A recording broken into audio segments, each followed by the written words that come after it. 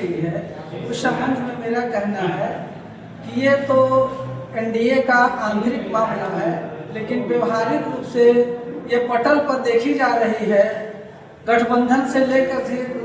Seat बंटवारा से लेकर के अभी तक का जो परिदृश्य सामने आ रही है, उससे स्पष्ट हो रहा है कि एनडीए में चिराग पासवान अपने आप को अपमानित महसूस कर रहे हैं। शीर्ष नेतृत्व उनको केवल यूज एंड थ्रो का रूप में इस्तेमाल कर करके उनको पासवान समाज के वोट को अपनी ओर आकर्षित करना चाह रही है, लेकिन जो व्यवहारिक रूप से सामने बात आ रही है उससे स्पष्ट है कि पासवान समाज अपने आप को एक जागरूक मतदाता के रूप में एस्टेब्लिश कर ली है और भाजपा जदयू का जो षड्यंत्र है उसको पहचान चुकी है और शीर्ष नेतृत्व के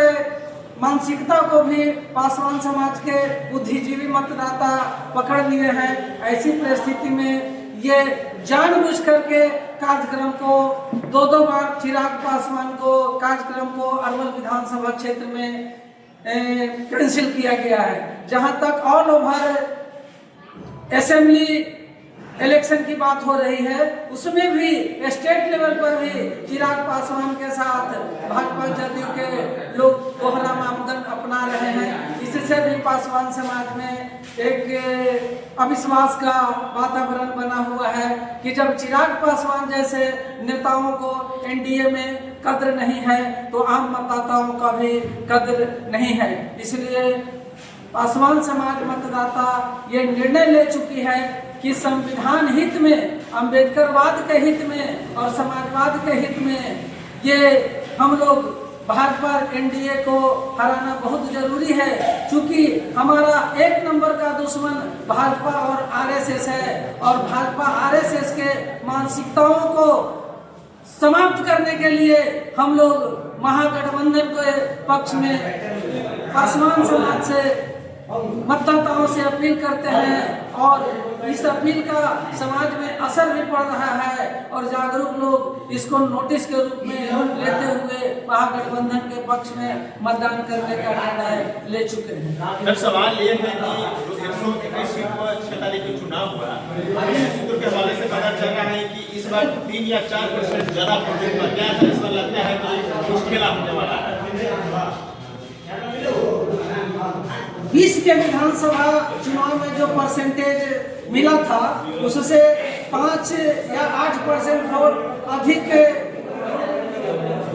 मतदान हुआ है। इससे स्पष्ट है कि ये सत्ता विरोधी लहर पूरे बिहार में चल रही है, एनडीए विरोधी लहर चल रही है। अम्बेडकरवाद को समाप्त करने का जो इनके अंदर मानसिकता पल रही है, इसके खिलाफ भी दलित मतदाताओं में लहर दौड़ रहा है और इसको आक्रोश के रूप में लेते हुए इसको परिवर्तन का मतदान समझा जाए। और जहां तक 121 का ही सवाल तो हो चुका है, रेस्ट जो बचे हुए विधानसभा क्षेत्र में है, प्राप्त रुझानों के अनुसार हम लोग फील्ड में जा रहे हैं, अध्ययन कर रहे हैं, उसके आधार पर ये स्पष्ट हो चुका है कि अगर महागठबंधन के आंधी में एनडीए वैसे तो है उनके अनुसार नेशनल डेमोक्रेटिक अलायंस कहा जाता है, लेकिन हमारे नजरों में ये दलित नेशनल दलित एबोलिश यानी राष्ट्रीय स्तर पर दलितों को समाप्त करने वाली ये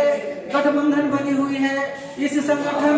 में अब कोई विचारधारा अम्बेडकरवाद पे नहीं रह गया है, समाजवाद पे नहीं रह गया है। ये भाजपा आरएसएस के मुख में केवल मंदिर मस्जिद हिंदुस्तान पाकिस्तान के अलावे और कोई मामला नहीं है। ये केवल अम्बेडकर मुंह पर लेते हैं और असली निशाना ये देश को हिंदू राष्ट्र के रूप में घोषित करना चाह रहे हैं, जिससे भारत का संविधान असुरक्षित हो चुका है। इसलिए संविधान को सुरक्षित रखने के लिए हम लोग महागठबंधन के पक्ष में मतदान ऑल ओवर असेंबली देने का निर्णय ले चुके हैं। सर, ये सवाल ये है कि मोकामा में मंत्री विजय सिन्हा आए थे जब, और भाई क्या बोलता है